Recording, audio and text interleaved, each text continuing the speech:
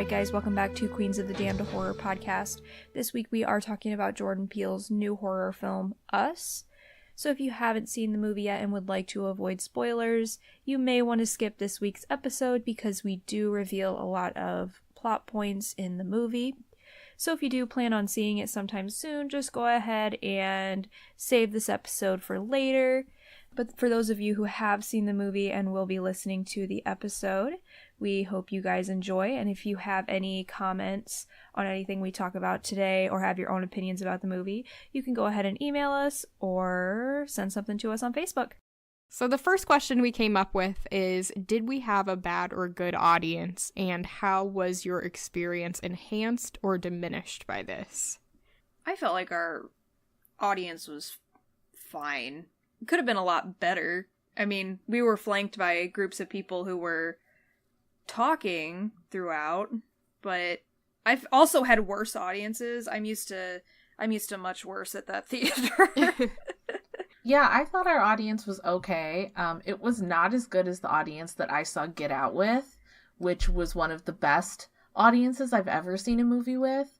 And people were talking when I saw Get Out, but it enhanced the experience. And I felt like there were a couple of moments with our audience that did. Like, I can't even remember what happened now, but oh, I know, when the tethered started doing like the animal grunts, and this guy from the back of the theater just shouted, "I'm really done now." That was funny, and that enhanced the movie for me. So I agree. I think it could have been better, but it was not a horrible audience, even though the girl next to me and her date were very annoying. But it could have been way worse. Mm-hmm. Yeah, the woman next to me, like, at first I thought the seat on my left was going to be empty, and then she sat down there, like, a minute before the movie started. And I was like, okay, whatever. And she talked, like, all the way through the movie. Like, she just reacted aloud to everything. And a lot of it was, like, her not getting it. Mm-hmm. So that wasn't pleasant for me. But the audience as a whole wasn't bad, I don't think. Didn't she get up a couple times? I don't even know. I was trying to tune her out. She left before it was over. Did There was like 5 minutes left in the movie, and she was obviously just like done. So she just got up and left. She really didn't seem like she was having a good time. No, I don't think she liked it. I'd say she's not a fan. Yeah. Okay, so one of the central themes to the movie was Hands Across America. And so for people who are listening that don't know, Hands Across America was this like charity stunt that was done in like the mid 80s. I mean, it was done before I was born, but this was around the time when people were doing like Feed the World and We Are the World, you know, these like big charity, national, international charity stunts to raise money. So what Hands Across America was you could donate $10 and you would go outside one day, it was like a Sunday, and you would all hold hands for 15 minutes. And the idea was that we would be able to form one continuous chain across America. And they were raising money for the homeless and for hunger in America. And obviously, because of the topography of the United States, we could not actually form one continuous chain, right? Because there's like mountains and deserts and lakes. But enough people participated that there would have been able to be one continuous chain across the 48 lower states. Yeah, something like 7 or 8 million people participated. And a bunch of celebrities participated, like, you know, like Brooke Shields and like Liza Minnelli and Michael Jackson. And I think like Chewbacca was in one city doing it. So it was kind of a big thing. And it did raise a bunch of money. So that's Hands Across America. So I guess the question is, why do you think that Jordan Peele chose Hands Across America as sort of this anchoring event for this movie that's referenced multiple times? I think to me, after I saw the film, it became pretty obvious that it was a metaphor. It was like a sarcastic metaphor for people helping marginalized people. And so, in order to take revenge, the tethered then use that as their construct, like, of their way of giving the middle finger to those above ground. Yeah, I'm not 100% confident about, like, what exactly his whole plan was with it, because it feels like the whole idea of it is, I don't know, I think it's very corny. It's like, let's all just hold hands and everything's gonna be fine. So, I don't know. I guess I've been thinking about that a lot, and I'm not completely sure what his whole plan was with that. It doesn't really feel like it fits in the movie that well, but I don't know. What did you think, Rachel? I mean, you know more about it. I came from having no idea. I agree with what Nikki said, that it was done in sarcasm. I think it was done in sarcasm about the idea that we all held hands for 15 minutes and really cared about marginalized people, the homeless and the hungry. And then after those 15 minutes, we all went back to our normal lives and nobody gave a shit anymore. Yeah. Right? Yeah. And so I think that that's what it was kind of a, like a satire on, or a play on, is this idea that, you know, we would care about these people for a very short amount of time and then go back to our normal lives. So, that, yeah. It seems kind of weird to have the tethered do that, though. I guess that was my only hang up on it, was like, why were unless they were doing, like, with what Nikki said, where it was kind of like a, I don't know. Well, and, I mean, a statement on their part. When Adelaide the real Adelaide was switched with her doppelganger, she was wearing the Hands Across America t-shirt. I mean, in the beginning you saw the Hands Across America commercial. So I took it as that is something that would have been in her mind all of these years as sort of the last big cultural event because it was a big deal. So the last big cultural event that she would remember would be, because she even had the Hands Across America t-shirt. So, right. You know, that would have been the last big cultural event that she would remember from being above ground, was Hands Across America. And what better way to stick it to the people above ground than just form like an impenetrable chain across the U.S. Like, you can't ignore us now, right? Like, we're here, and you cannot send us back because now we've made this huge statement. Yeah, and I think it's funny that you mentioned the 15 minutes and then everyone forgets, because they did get out for like a very short amount of time. This all happened in a very short amount of time. But then our society as we know it is totally changed because they did it. Right. So the irony is that this was an effective Hands Across America. Right. What do you think the treatment of the tethered says about our society or country as a whole? I mean, I think that the tethered represent obviously marginalized people in this country. It's not so much a straight racial allegory like Get Out was. It could definitely be any group of marginalized people, right? As we discussed earlier, homeless people. Right? I mean, it could be any marginalized group. And I think it just shows, you know, I think they're supposed to represent how marginalized people in this country are invisible. Right? They are cut off. I mean, the tethered are cut off socially, they're cut off physically, they're cut off emotionally, they're cut off mentally from the outside world. Absolutely. And I think that's how a lot of marginalized people feel. I mean, like, they're invisible people, you know? Society as a whole does not care about them.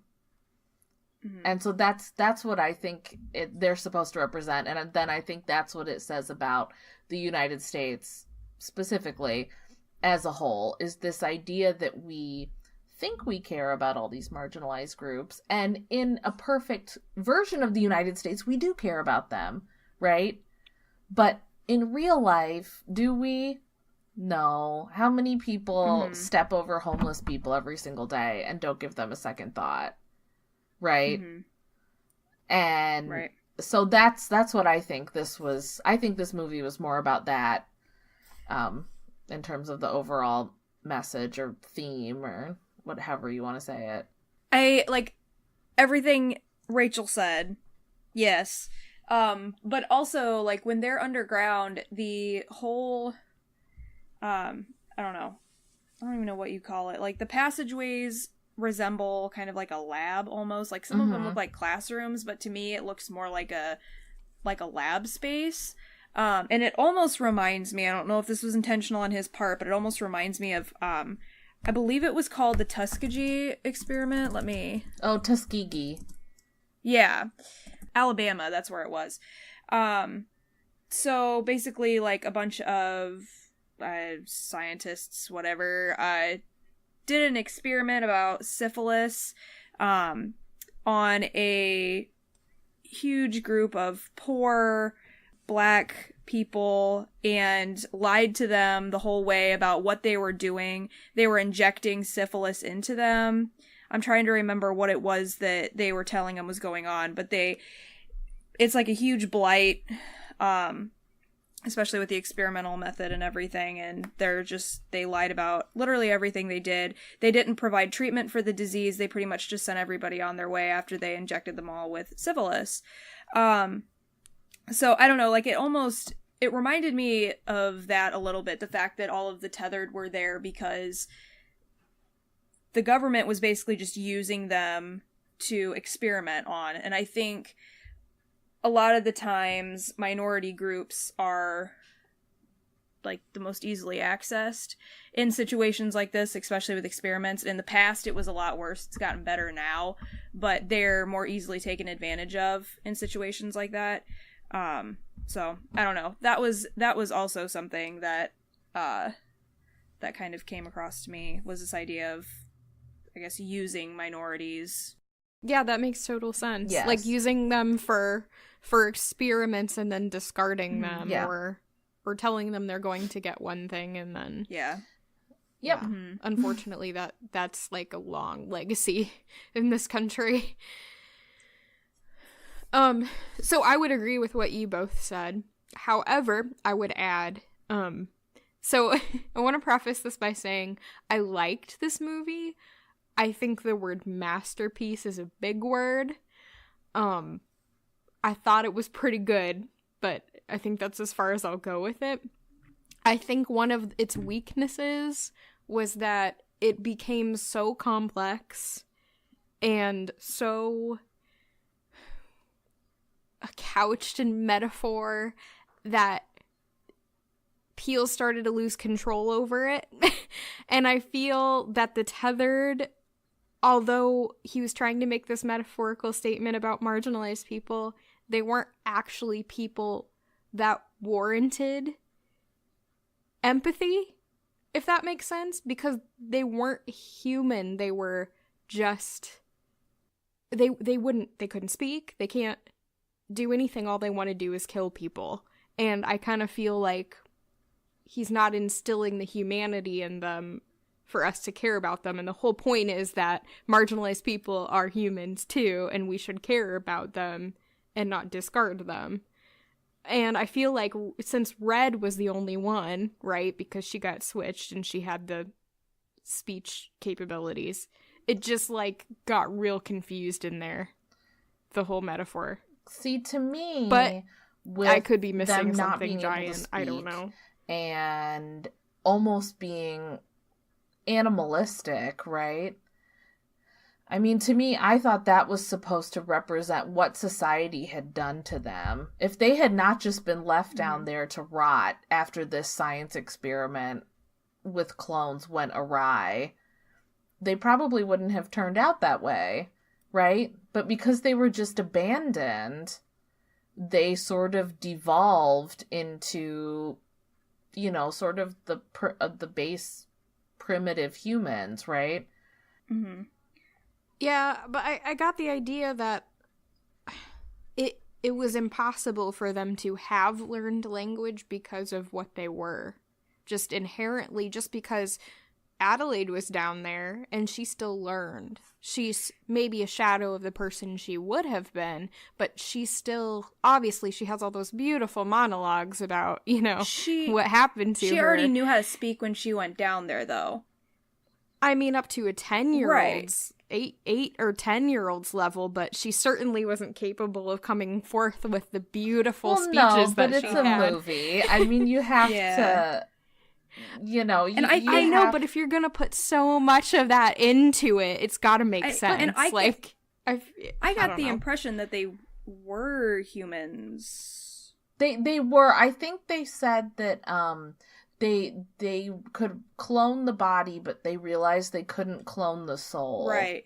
So they're inherently soulless, is what they're saying. Right. That doesn't match up with the metaphor. But then what constitutes someone having a soul? I mean, you could have all the soul. I mean, Adelaide, presumably, when she went down there, was a very nice little girl. And now being stuck underground for, 30 years? And suddenly she's this crazy murderer, as anybody would be. Right. Well, that would do it to you. I'm just saying that the story was set up that way, where I felt like, okay, so this matches up. They didn't have a chance. They didn't have a chance to be seen as human. I understand where that aligns, but I just don't get them making them so... For me, they were so hateable. See, and I didn't hate them. And I didn't either. For me, no. I did. I was just like, they were just this primal kind of id. But I would say that the dominant society made them that way. They were never given a chance to be their own person. They were forced to mirror all of the actions of the person above. I mean, like Red says to Adelaide, you know, it didn't matter if I loved Abraham. I had to marry him because the girl above married Gabe.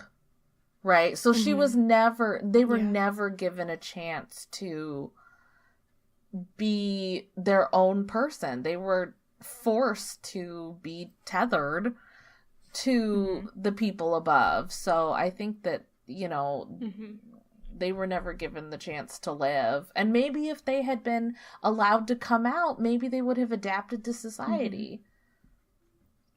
Yeah. It could be the one thing that bothers me the most is the fact that they were born without the soul, that from conception they had no what we would consider humanity is the big difference between them and us, like just from the get-go.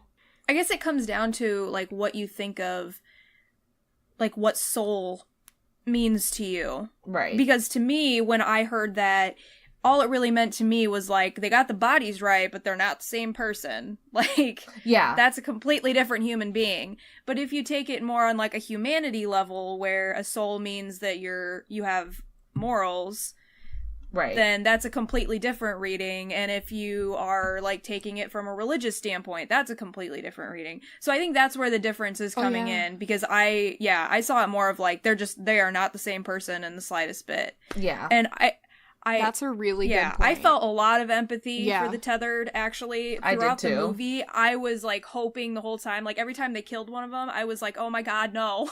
Like, these are people who just want to live.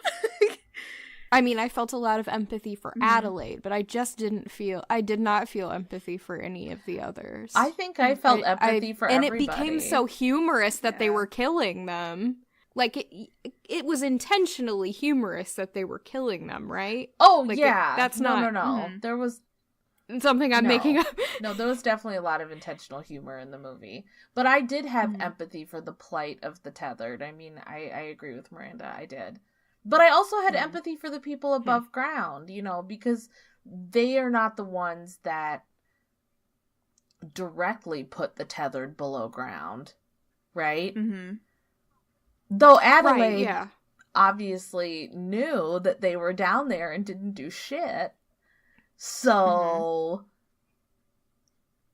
you know, that's another thing. Yeah. I mean, she knew they were there. That is a huge She knew they thing. were there and she did nothing. And so no wonder they were pissed. I'd be pissed too. Mm-hmm. Oh, of course. It's not the fact that they're pissed that did that for me. But I only saw it once. So it could be that upon a second viewing, because I already have, you know, all the knowledge, right? Because I felt like I was being thrown into that where you're trying to assess what the heck is happening, you know? But now that I know the second time, it might be a little bit different. I don't know. Maybe, maybe not. What is the one scene that will stick with you the most? Oh, God.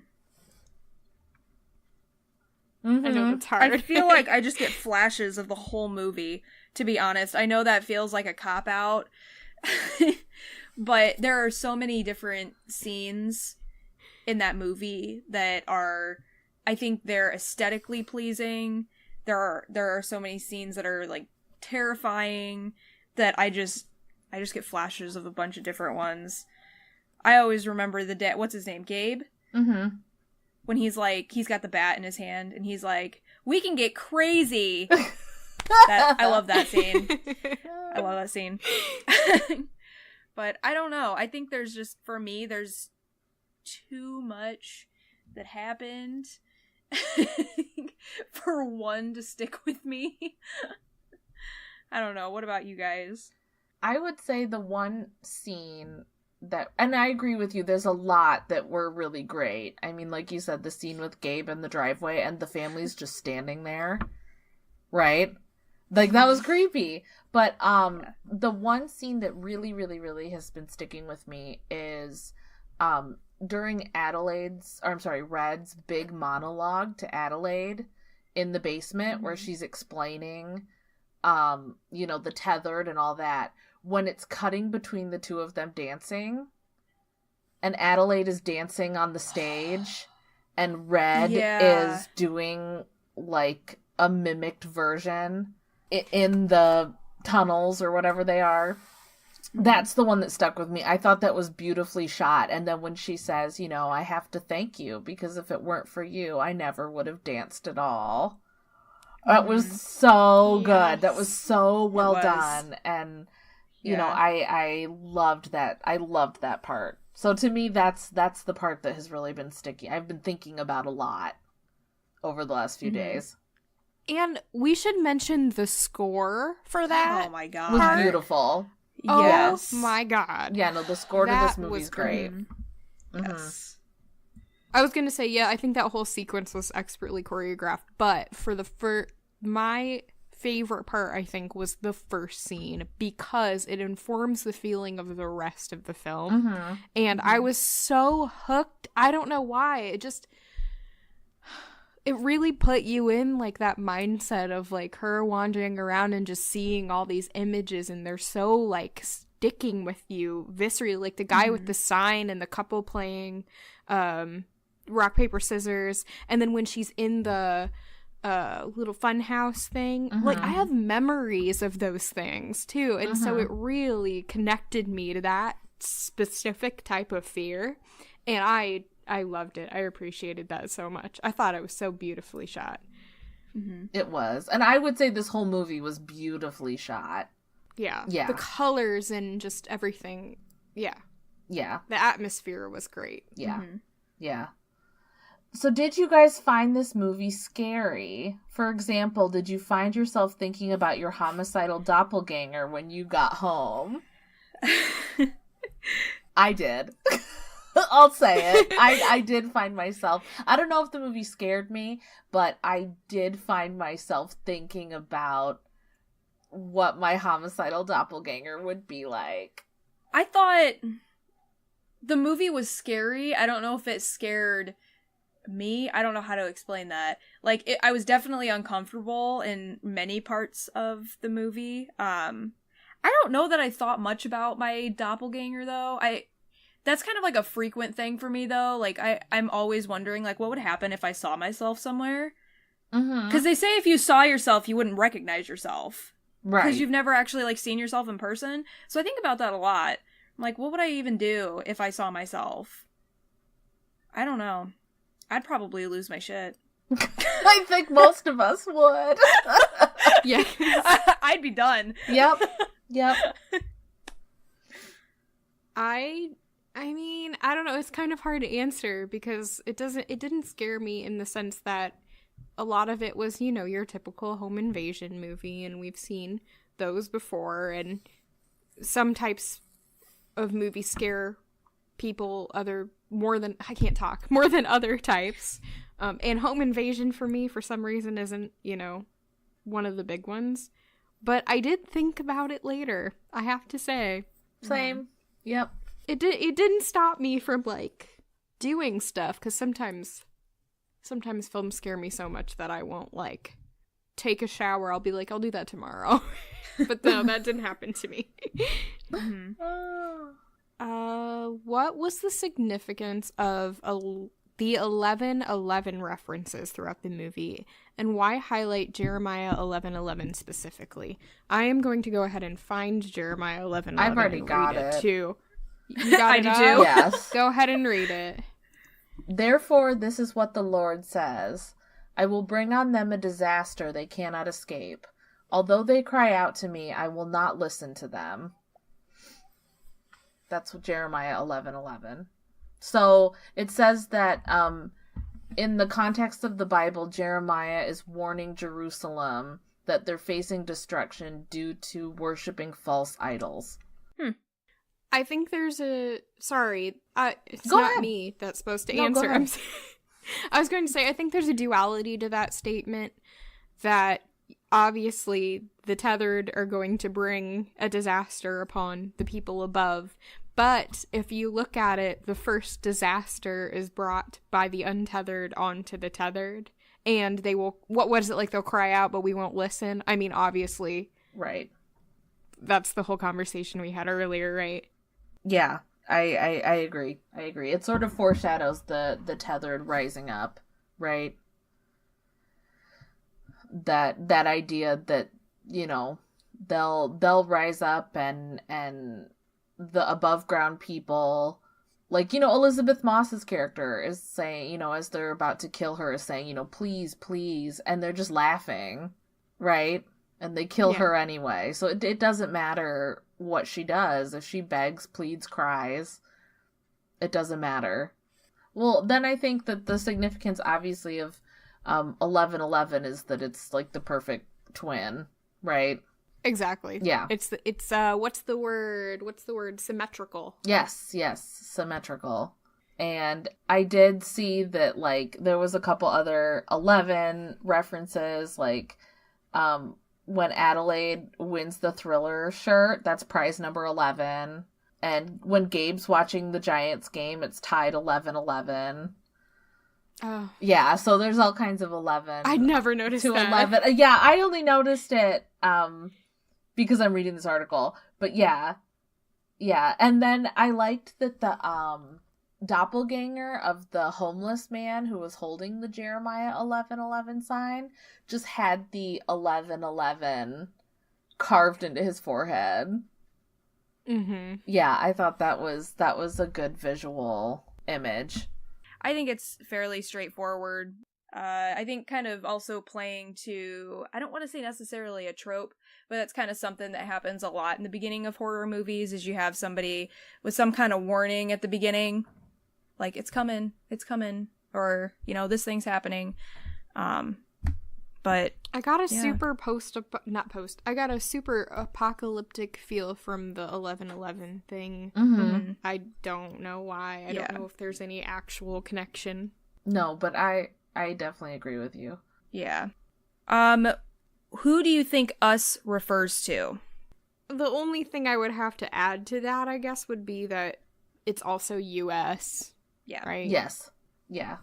Well, and I think that there's this sense of there's an us and then there's a them, right? Mm-hmm. And if yes. us are us and them are them, then them must be the enemy. There's this, I don't have it with me, but, well, actually, maybe I have it saved somewhere. There's this really good Terry Pratchett quote.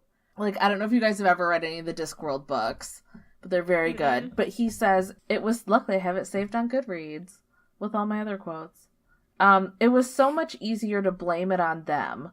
It was bleakly depressing to think that they were us. If it was them, then nothing was anyone's fault. If it was us, what did that make me? After all, I'm one of us. I must be. I've certainly never thought of myself as one of them. No one ever thinks of themselves as one of them. We're always one of us. It's them that do the bad things. That's so perfect. Yes. And that is what I immediately thought of when after we saw the movie and I started thinking about the title, when I was writing some of these questions, is I thought of that quote. And yeah, just that the idea that us was Adelaide and her family, but to Red, us was them, right? Yeah. And so they were both us. They were both in the right. And the other group was both them. This other group, the enemy. You know, that's how I took it. Yeah. And I agree that us sure. is also US. Yes. Yeah. Yep, for sure. Of course. Yeah, I think it was mostly just, I mean, like you said, like, it's a perspective thing. You know, they're just to put it basically, I mean, they are us. They're just like us. But they're different, so they're them. We can separate ourselves from them. Yeah. You know, and I think that goes back to what we were talking about with the movie being about marginalized people, is that we see, for example, to bring it back to Hands Across America, homeless people as them. Oh, but they're not like me, right? I could never be like that because I'm an us. And homeless people, they're a them, right? Right. Yeah, and I think when we stop thinking in terms of individual people, when we group people at all, it becomes easier to detach ourselves from them. Exactly. Them. So right. Right. I agree with you. What do you think of Elizabeth Moss's family in the film? How did they fit into the story, and why do you think Peele included them? I mean, I loved them. One of my favorite parts of the movie was them sitting on the beach, and you get like that Get Out family feeling from them too, because it was so short and it was like so easy to miss. But like, she's sitting there and she's got her magazine open, and then there's this white girl with an Indian headdress on, and she turns to Adelaide and she goes, "Now isn't that pretty?" Yeah. It's like a nod to cultural appropriation. I just like little moments like that. And when the whole family is like in their house and he's sitting there, I can't even remember what he's drinking, but he's like in his robe and he's listening to the Beach Boys. I'm like, this is like the whitest family yes. in the world. Yes. I don't know. I love them. I thought, yeah, I think the whole point was a stark contrast to Adelaide's family. I agree with that, and I think it's also interesting how he was trying to draw the similarities between their class as well.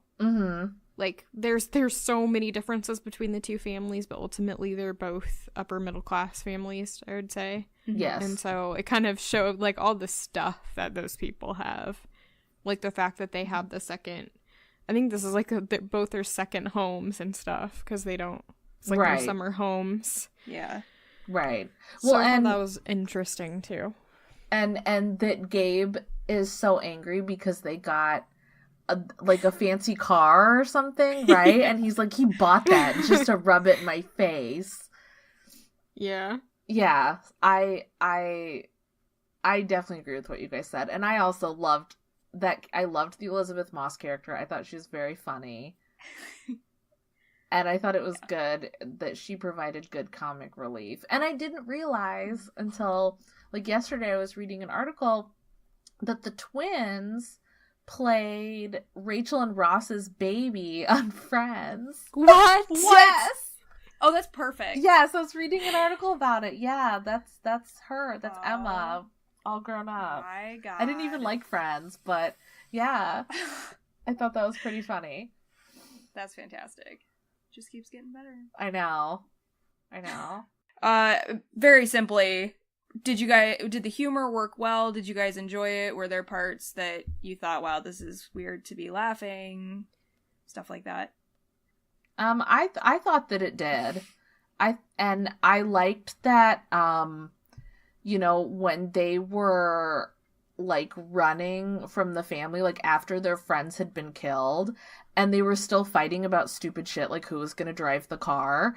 I thought that was very realistic because I think that in a super crisis, we like to think that we would be like really put together and tough and all this stuff. But they weren't, because they were just normal people that were thrust into this totally abnormal situation. So I liked the humor a lot. And I think that shows their unpreparedness, kind of like they're in this cushy little bubble, right? So when something happens, they can't strategize very well. Right. I mean, they end up strategizing pretty well, but yeah. Yeah. And I even think just from like a viewer perspective, it's nice in those really, really tense situations to have humor like that. I don't know. Yeah. I think it was nice to have a movie that was genuinely scary that had all of that humor, mostly because one of my qualms with seeing horror movies in a theater is that people laugh through it even when it's not funny. So it gives people that relief, right, that they always want, and there's more reason to laugh. I don't know. Right. But no, I think I think it can ease people through those situations a lot better too. Yeah. No, I agree. And I felt like with Get Out, there was a lot of funny parts in it, but me as a white person, when I saw it, I did laugh sometimes, and then I immediately thought, oh my God, am I supposed to be laughing? Like, is it okay for me to laugh at this? Because it was not aimed at me, right? I was not necessarily the target audience for that movie. And so this one I felt like had more like universal humor that everyone could laugh at, that I didn't feel weird. Though I'm sure that the point of Get Out was to make, you question yourself when you were watching it if you were white. I totally understand that and respect that. But I did like that I was not second guessing laughing at the jokes in this movie. Yeah. I did have moments where our audience was laughing, though, and I was just sitting there and I was like, did I miss the joke? Like, I almost felt like our audience got so into the humor that they were laughing constantly. And so sometimes I was confused. I was like, am I supposed to be laughing? Like, did I just I felt that way too. Yeah. I felt that way too. Yeah. Yeah, well, and then I think we were talking about this, like, in the bathroom or something afterwards, but sometimes I think, like you were saying, when people get scared, they laugh, or when people are uncomfortable, they laugh, and I think there were moments in the movie that weren't necessarily scary, but they made them uncomfortable, and so they don't know what else to do, and so they just kind of laugh, Yeah. And I get that. I mean, that's just, like, anxiety and, letting off nervous energy. Like, I sometimes laugh, I will admit, sometimes I have been known to laugh at funerals, but that's because I get very stressed out and anxious, and it's like, I can't help it. Like, my body doesn't know what else to do, so I, like, laugh, Yeah. Yeah. What did you think about the originality of this film? If anything, what does it harken back to for you? What kinds of films? What specific films? I thought it was very original. I don't know if I've ever seen another movie like it, which I really appreciate. But definitely I would say the style, it reminded me, so the beginning reminded me of, have you guys ever seen Funny Games? Mm-mm. Okay, it's amazing. Both the Austrian version and the American remake, which was done by the same director, are great. So whichever one you can find, watch. But it definitely reminded me of Funny Games. I would say some of the visual style reminded me of, like, almost like, oh God, I don't know if you guys have seen this either, but the Stepford Wives. Yeah. Sort of this idyllic scene, but really there's something sinister going on underneath, right? So there are these beautiful beach homes and on this beautiful beach, but there's just this sense of, like, dread lurking underneath. Like, that really made me... It really reminded me of that. Sorry. I just, like, totally lost my train of thought there. But it totally reminded me of that. And just, there was a lot of stylized stuff that I felt like you could really see that Jordan Peele obviously loves classic movies and loves classic horror movies. And you could see the influences. You know, I can't think of any specifically right now off the top of my head, but just the general feeling and the way it was shot. You know, that shot of when Red is doing her monologue and it's like the close-up of half of her face and then you can see Adelaide blurry in the background. That to me felt like something that I've seen in other horror movies before, but it was done in such a nice way that I wasn't sitting there thinking, like, God, this is so derivative, right? Like, it was shot so beautifully that I really loved it. Yeah, and I think, like, he put moments in the movie that were... Basically, I'm trying to say, in the beginning, when they're on the boardwalk, that boardwalk is from Lost Boys. Isn't that what they were filming by the carousel? Yes. That's what I thought! I was like, why does this sound so familiar? Yes. That's what I'm trying to say. That's one of his things that he threw in there. I don't know. I know he did a lot of stuff like that. I don't know what all of them are, but I know that was one of them. And I know when I was watching it, I kind of got that Lost Boys feeling, which was a lot of fun. But yeah, to me, it felt original. I don't know if there were any other moments in the movie where I felt like, oh, this reminds me of something else. And I'm, like, trying to sit here and think if there's anything that's really all that similar, and I don't know that I really think of anything that is similar. I think it's just, everything about it is so original. I mean, all the way down to the soundtrack. It's so original. Yeah, I feel like there were a lot of typical horror elements in it, but the way that they were put together was entirely original. And I think that's what a good horror movie does, is it takes known things about the genre and it builds on it. Well, and another thing that I liked about this movie that you don't see too often in horror movies, and by too often I mean like ever, was you had this black family, but them being black was not a plot point, right? Yeah. They were just a family, like the white family was, right? And so that was nice to me to see this family that was, you know, their race, of course, is part of who they are, but it was not their defining characteristic in this movie. Right. Yeah. They had good jobs. They were just like your normal suburban family. And I liked that. Yeah. I think Jordan Peele had said before the movie came out that was his intention, was that he wanted to make a horror movie with a black family that just didn't have anything to do with race. Right. And I think recently, like, for Get Out, he tweeted something about Get Out being a documentary, but then he tweeted that Us is just a horror movie. I don't know. I think, yeah. Like you said, Rachel, I thought that was great. Yeah, I really liked that too. And one other little stylistic thing that I didn't notice when I was watching it, but I did read in an article, was that, you know, when Adelaide is the real Adelaide, as you know, Red, is switched and is stuck in the underground with the tethered, you know, she had on that Thriller t-shirt where Michael Jackson's wearing the red jacket and then like the black gloves, and so of course when they come up they're all wearing the red jumpsuits and the gloves, or the one glove, which is what he's wearing in the video, and that it's kind of this idea of that was awesome. That was a cultural thing that she held on to, the whole time that she was down there. That's really cool. Yeah. Yeah, I thought that was neat.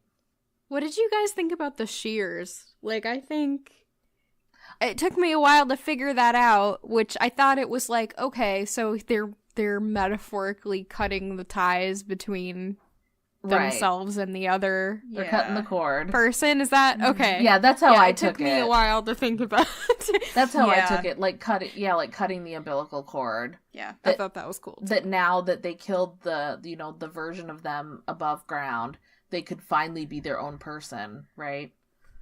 Mm-hmm. Yeah. Super easy Halloween costume, by the way. I was about to say, I feel like that's what I'm going to go as for Halloween, because it's going to cost me $10.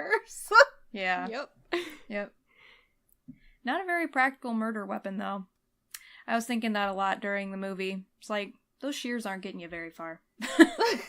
No, not if somebody had, like, a gun. Yeah. Probably not. I think the element of surprise is what gave them the advantage. People would be so shocked to see their own doppelganger, yeah. So what are you looking forward to Jordan Peele doing in the future? And what do you think this movie says about his contribution to the genre? Twilight Zone? I know! I'm so excited. It's Monday! Yep. I think he's also doing a remake of Candyman, too, which... Yep. I don't think I've seen Candyman since I was a kid, so I don't remember it that well, but I'm still so excited for it. Yeah. Candyman... That is going to be really good. Yes. I'm really curious to see it, because Candyman takes place in Cabrini Green, which is this extremely notorious... It's no longer there, but projects in Chicago, which sort of became the poster child for the projects and all the problems with the projects, in quotes, in America, right? And, I mean, it was extremely notorious. And the original movie does get into the stuff that was happening in Cabrini Green and sort of the endemic poverty and crime and all that. But I am really, really, really curious to see his perspective on that. Yeah. I think it's a good pick for him. I do too. I'm at a point where I don't really care what he wants.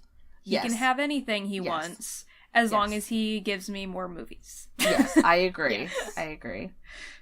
I think this movie, I really loved it. It was not as, I don't know how to phrase this, like tight, I guess, as Get Out. Like, it was so ambitious. But I really appreciate that. I appreciate that he did a completely different movie from what he did the first time, right? And that he swung for the fences, and maybe it wasn't 1,000% successful, but it was almost 1,000% successful. And he went so big with this movie in terms of his ideas and the writing and the stylistic choices that I just have to give it to him. Whether it was a perfect movie or not, it to me is a huge win for the horror genre, because it's, like we were saying, I mean, it's really not, it's not like anything else. Yeah. Well, it did pretty well opening weekend. I'm trying to remember. I think it was best opening weekend for an original horror movie. I don't remember what it beat out. And then I think the other one was best opening weekend for an leading black cast or something like that. I can't remember. With a female black lead. Because I assume Black Panther probably made more than this movie opening weekend. But I think it was with a female black lead. Who, by the way, we haven't even talked about her performance. Yeah, that's ridiculous. How did we get through? Yeah. How did we get through this whole thing without... Yeah. She is truly, I think, probably the best actress working in Hollywood right now. One thing I was wanting to mention at some point was I loved those small moments in the movie where you could kind of start getting a hint that she was actually the tethered version of herself. I don't remember what the first one was, but I know when she was like beaten one of the neighbors' heads in, and her son walks in on her and she's like growling, It's just like there's just those small moments like that where she's like, you just catch her and she's like acting in a small way, like the tethered. I thought those were just, they were brilliant. Like you wouldn't, it's not something you see and you're like, oh my god, she's one of them, but it was just one of those small things where you're like, something's not right. And you can tell that the son kind of starts, that's when, because obviously at the end he figures it out, which is why he puts his mask back on, but you can tell that he at that point is kind of like, something's going on here, you know. But her performance, it was just super nuanced, and there was just, I think you could watch that film 3 or 4 times and still not catch everything she does. And the fact that, I think they mentioned this in the Bloody Disgusting article, the fact that her acting is so good that you forget that she's the same person. Right.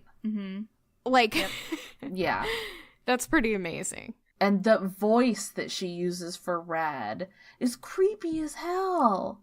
Because I personally think Lupita has a really beautiful speaking voice. And just, but that voice that she used, I mean, it sounded like someone whose larynx had been crushed. And someone who had not spoken, or had barely spoken for 30 years, you know, and her voice was out of practice. Yeah. So, I don't know if you guys saw this on the news. I'm going to see if I can pull this up. There was something on... Here it is. Yeah, so there's apparently backlash for that voice that she used, because she used a neurological disorder for the inspiration. Oh, for God's sake. Yeah, I'm trying to remember spasmodic dysphonia. And so people who have the disorder are saying, like, you're using our disorder to scare people. We don't like it. And I think she came out and she apologized and said, you know, it wasn't her intention or anything like that. But yeah. That sometimes I find those things to be a little silly. You know, I'm sure that it's just, what is the disorder? Spasmodic dysphonia. A condition that comes about from trauma, sometimes emotional, sometimes physical, and creates a spasming in your vocal cords that leads to an irregular flow of air. But I thought that she had the disorder because when she gets switched with the real Red, the doppelganger chokes her out. Yeah, and so I thought the idea was that she had the disorder. Not that she was just using this funny voice to use a funny voice. I thought it was supposed to be that she had that injury to her larynx. And obviously huge emotional trauma. So I don't know. I think that's like a bridge too far. And especially because by the end of the film, they clearly make it very ambiguous about who you're supposed to be in favor of. Exactly. Because this person that we've been rooting for the whole time, it turns out, is the bad guy. Yeah. So I'm just kind of looking at the page that's on Good Morning America about it. Like, you can look it up and everything like that. But it says that Kimberly Kuhlman, who's the executive director of National Spasmodic Dysphonia Association, said, I think the biggest challenge is that it's being associated with the terms creepy and haunting. And the reality is, once the movie is over, they're still living with this voice disorder.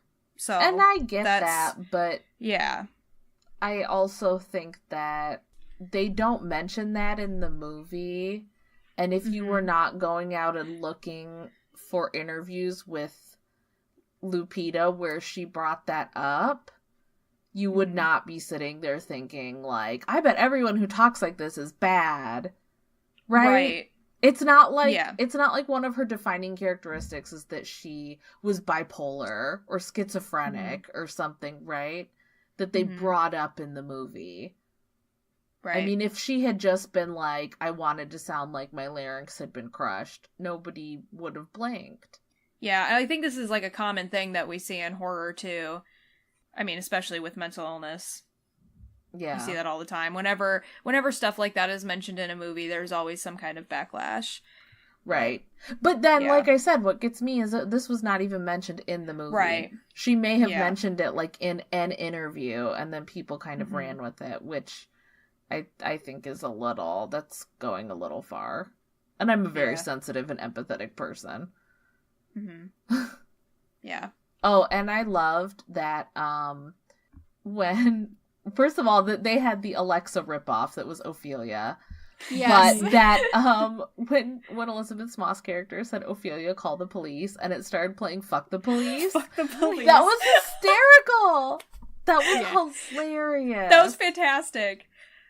Oh. That was so good. It was just, yeah, it was beautiful. That was good. See, and that's an example of that was great humor in the movie. That was a legitimately funny thing. And it's so true. Like, it's meaningful too, right? Because it's like, oh, now all your fancy gadgets won't save you. Well, and I think that goes back to that Jeremiah 11:11, right? Yes. Mm-hmm. You know, Jerusalem is falling because they're worshiping false idols like Alexa. Or, excuse me, Ophelia. Mm-hmm.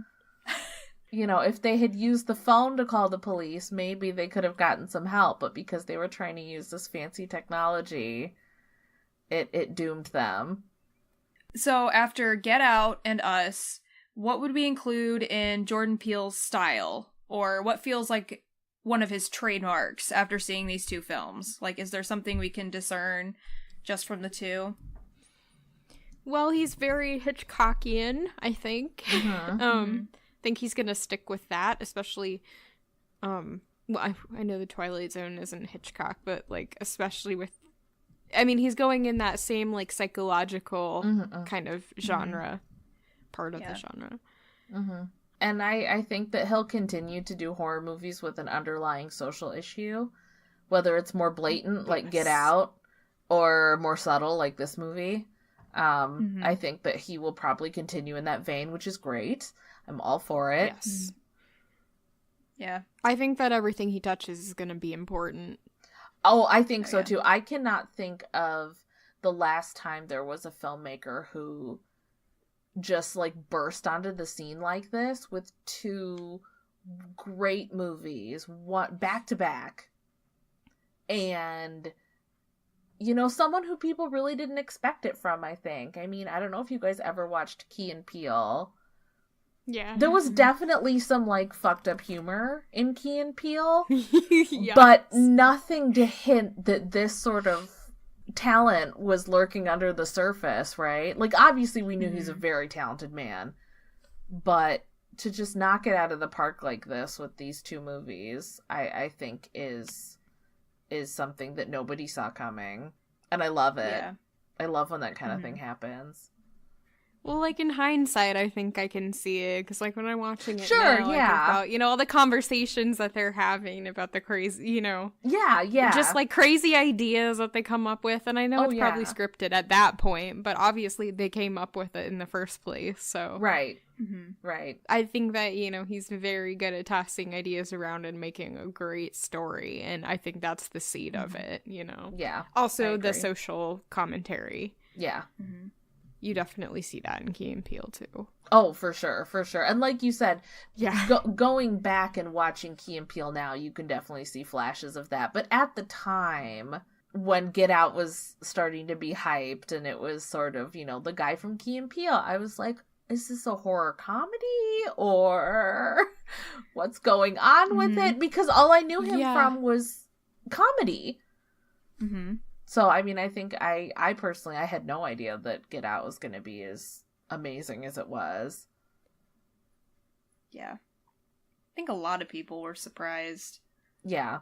I think I was kind of confused when, like, the trailer came out and everything, just by, like, this is the same guy? Right! like, what is this movie gonna be? I'm very confused. But, yeah. It was a shocker. I don't know. I think for me, like, his soundtrack or just the music scores that he uses, to me, they're very similar across the two movies. I think it's the same person. Oh, is it? Yeah. Yeah. So I would assume, like, he's probably going to keep using, like, a same similar music score, which I really like. I think it's creepy. It's so creepy, and it's so different from other stuff that I've heard before. Yeah. So I think that helps a lot. Yeah, I read something, like, this was before Us came out, but it was an interview with Jordan Peele, and he was talking about the score, and how he used the same composer, and how he, was already going to use the same guy for Us. But he met Steven Spielberg, and Steven Spielberg loved Get Out, apparently. And he told him, you have to keep using that same composer. He told him, that's like me and John Williams. It's just this, like, perfect pairing.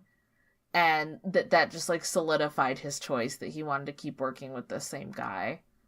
Oh, he was That's right awesome. about that. Yes, he was. Yeah. Yeah.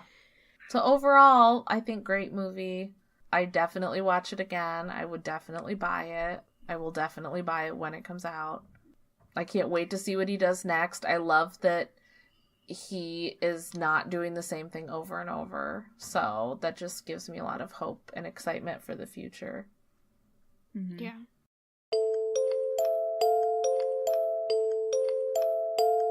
Thank you so much for listening. Don't forget you can follow us on Twitter at QOTD Podcast, on Facebook at facebook.com/QOTD Podcast, Tumblr at queensofthedamnpodcast.tumblr.com, and YouTube at Queens of the Damn Podcast. Don't forget to rate, review, and subscribe on iTunes, Podbean, Stitcher, YouTube, Google Play, and TuneIn Radio. You can also follow us on our blog, queensofthedamnpodcast.wordpress.com, to find bonus content and extra information on our episodes. If you would like to donate to our show, you can find us at patreon.com/QOTD podcast, where you can receive special perks as a listener for becoming a monthly patron. If you would like to make a one-time donation, you can send it to QOTDpodcast@gmail.com on PayPal. We'll see you next week.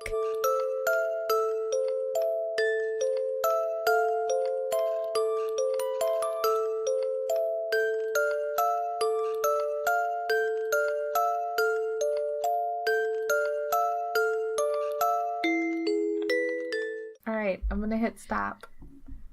Okay, me too. Oh my god, I almost hung up again.